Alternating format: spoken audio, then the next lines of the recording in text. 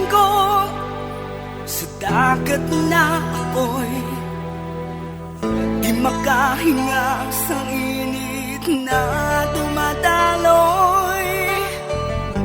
Ialay mo ang bagong pag-asa sa tulad kong nasadlak sa pagkakasala.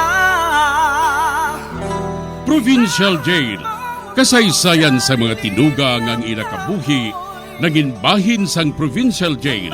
Sa diin ang apat kapamusod sang pader, naging lulubngan sang ilang mga handom kag mga kalipay, nga naging saksi man sang ilang mga pag-antos, kag kabudlay kag paghinulsol.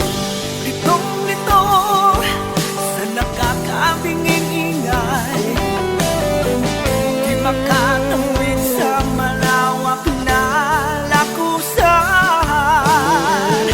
Ialay mo ang bagong pag-asa sa tulad kong nasadlak sa pagkakasala. Provincial Jail, makig-upod kita sa ila pagpanarambiton, kag makigbahin kita sa ila kalipay, kag pag-antos, nga ilaman na agong sa Provincial Jail.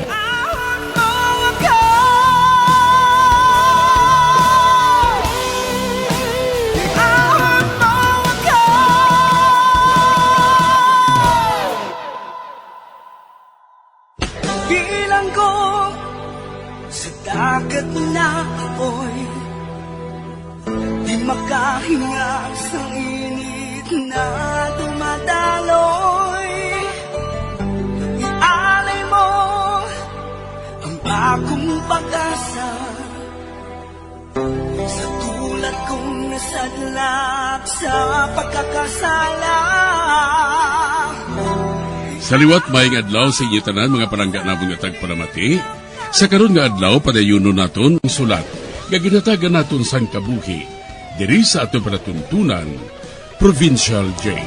Ahon mo ako sa nagliliyap na apoy, na aking matikman ang tamis ng sandali.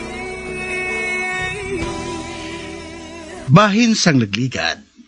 Samtang nagapamati ako sa paghambalanay ni Dr. Stern kani Detective Nimlim, nagaduga nga akong pagdayaw sa akon amo tungod sa iya kasampaton sa pagpangusisa bahin sa mga krimen. Gani, wala na sa may mahimo si Dr. Stern. Gintuan na lang niya ang tanan niya nga naibaluan, kundi nagsugod ang amo nga krimen. Diri sini nga bahin, padayunon ko ang katapusan ko nga pagsaysay diri sa Provincial Jail. Wala ako magunahuna nga may malain gali si Aldo nga handom sa iya pamilya. Gusto gali niya hindi nga masakiron? Wala ako magpalibog sa to, Detective. Tubtob nga nakabato na ko sang telegrama halin kay Pastor. Nagunahuna siya siguro nga ato na ako sa kadagatan. Antes makalambot sa akon ang balita. Kag hindi na niya ako malambot. Kag mahimo nga makadungka na ako sa Afrika. Nagsulod sa ulo ni Aldo nga kung mangin buang ang iya pamilya, kag magkalamatay na ini. Siya na ang madumalas ang ila propidad. Gingamit niya ang hilo. Ngang dagway daw tiil sa yawa. Ginpatay niya ang yautod na si Maria. Ang babae nga mo lang ang bugtong na ginaigong ako. Ginpatay niya.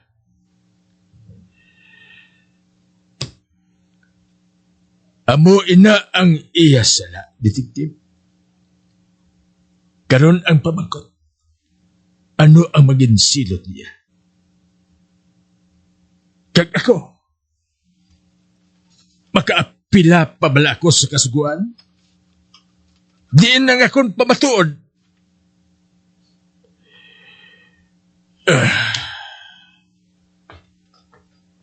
Nakahibala ko nga ginhimo ko ang kamaturan. Apang sa ano ako mo?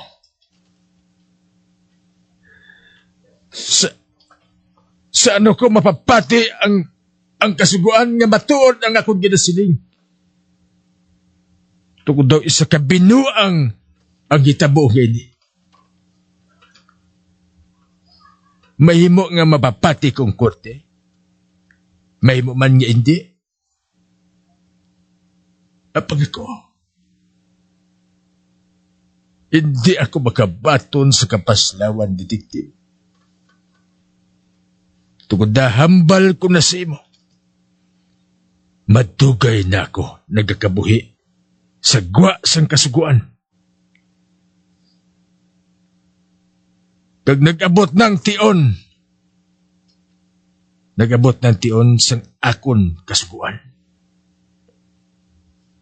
Kag subong patas na kami. Kag gusto ang imo ginsiling. Nga ginhaboy ko sa bato ang bintana. Agud magpanaog siya. Sang magpanaog siya, ginhambal ko siya. Nga maabot ako bilang isa ka hukom. Nga among magasintensya sa iya. Nga magapugot sa iya ulo. Kag ang wala sang huya, naghandom pa nga magbato. Apang nakibot siya sang makita niya. Nga nagataya na sa iya ang akong revolver. Kag ang ginbuhat ko, gin-inject ko sa iya ang hilo. Tub-tub nga na-paralyze siya. Kag nakita ko, kag nasaksihan. Kung anong natabo sa iya. Hindi ko masaysay ang yakamatayon, detektive. Apag ginbaton ko ina sa akong kasing-kasing. Magud amo man ina ang nabatsagan ni Maria. Sa ginpatay niya ini. Karon, Detective Limlim. Amo ina ang akon kasaysayan. Ayhan, nagigugma lang ako. Parehas ang pagigugma sa akon ni Maria. Sobra-sobra ang akong gugma sa iya. Karon, Detective, ari ang akon kamot. Mahimo mo na kung ano man ang gusto mo. Sa nasiling ko na, wala sampulos sa ako ng kamatayon. Pagkatapos ang natabo sa kabuhi ko.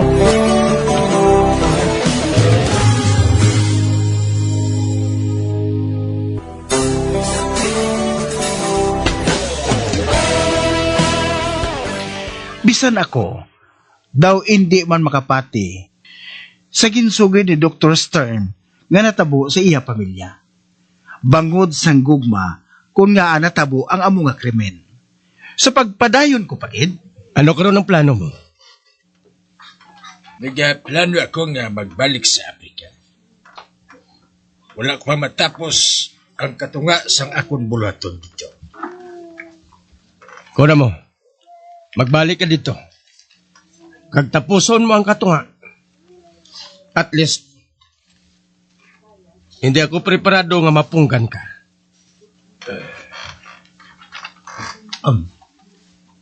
nagduko si Dr. Stern bilang pasalamat. Ato, nagwa siya diri sa cottage. Detective, ato na siya. Babalik na kuno siya sa Africa. Wala nang ginahigugman niya nga babae, Vince. Apang kung magigugma ako, kag ang babae nga ginhigugma ko, hiluan man ako.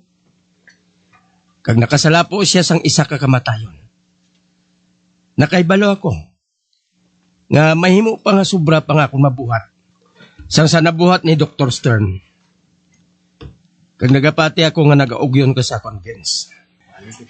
Mahalin kita, Dre, nga nasulbar ng kaso nga ini. Nga dapat kita nagpatunga. Pero ang aton investigasyon, independent. Kagamo man ang aton aksyon. Hindi mo man mapahamak si Dr. Stern. Vince, hindi bala? Hindi, Doktor. Hindi tubtob sa no.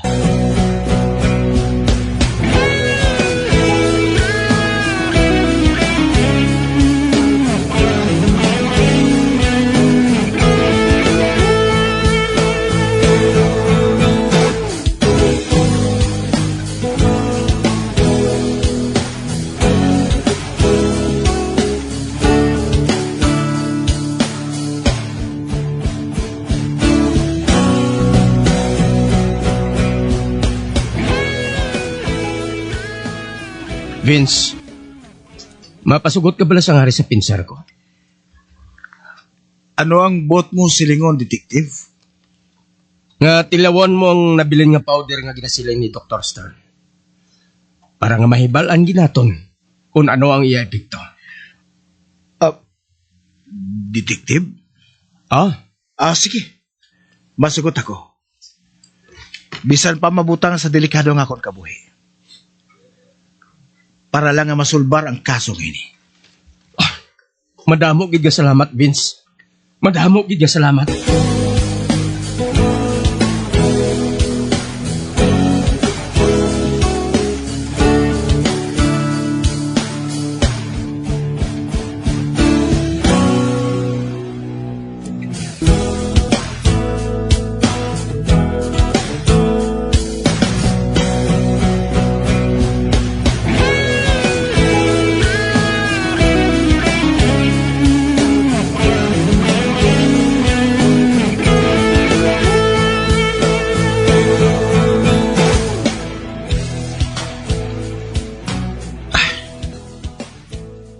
Sa ginakulbahan ako, haw.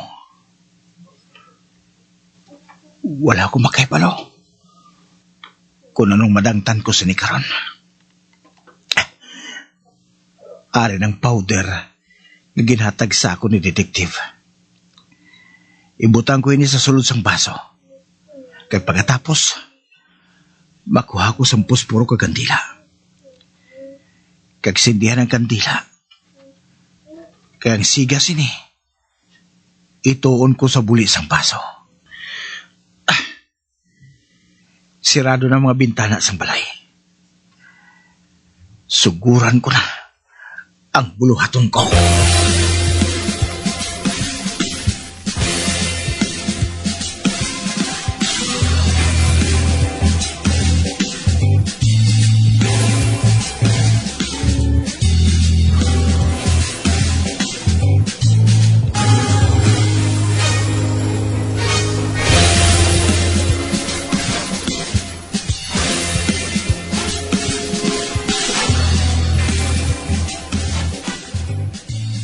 Wala mo kay balo si Vince.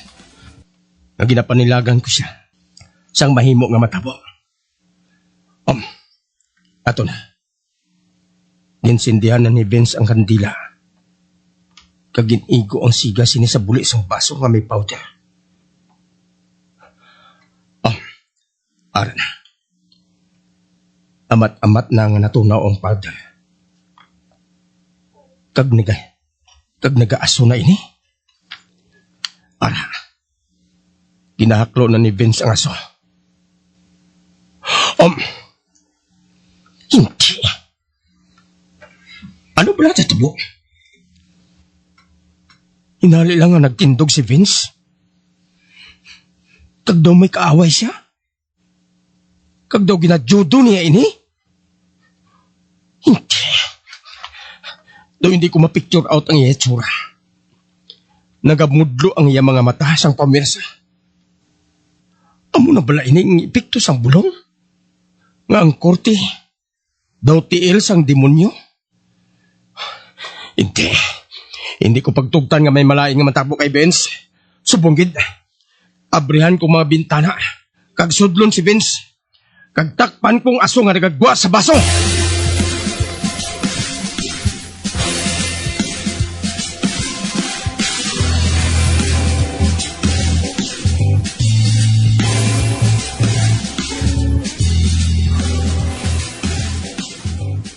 Vince, salamat kay naluwas ko ikaw. Detective, kalahin sa ako na experience yan. Daw may kaaway ako nga 5 kabilog na demonyo. Amo galit yung rason nga makita ko ikaw nga. Daw nagabuslong imo kalimutaw sa pamirsa. Oo, detective. Karon, nanging klarong nasa ako ng tanan, Vince. Kag madamo gid nga salamat sa imo.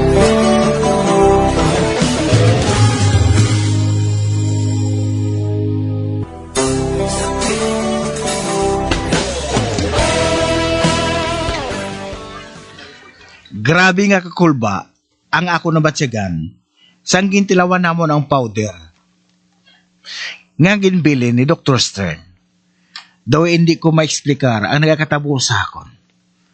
Apang nagapasalamat man ako, nagilayon ako ang naluwas ni Detective Limlim.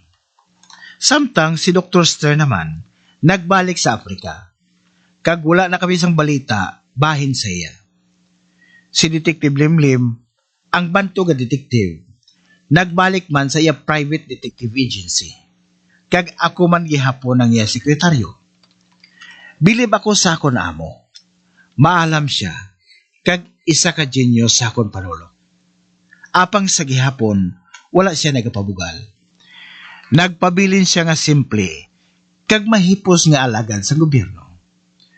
Tub-tub diri na lang akon pagsaysay, parte kay Detective Limlim. Ang iyong tagpasakop, tawag lang kay Vince sang Negros Occidental. Bilang ko sa dagat na apoy, di makahinga sa init na dumadaloy. Ialay mo ang bagong pag-asa sa tulad kong nasadlak sa pagkakasala. Kag diri natapos ang kasaysayan nga aton man ginhatagan sang kabuhi. Diri sa ato panatuntunan, Provincial Jail. Kag kami diri sa gihapon wala gid kakalipat sa pagpangagda sa inyo. Gakun kabuman may kasaysayan, ipadala lang diri sa ato panatuntunan, Provincial Jail. DYWB Bombo Radio, Bandalagan, Siyudad sang Bacolod. Sa direksyon ni Melvin Gatuslao.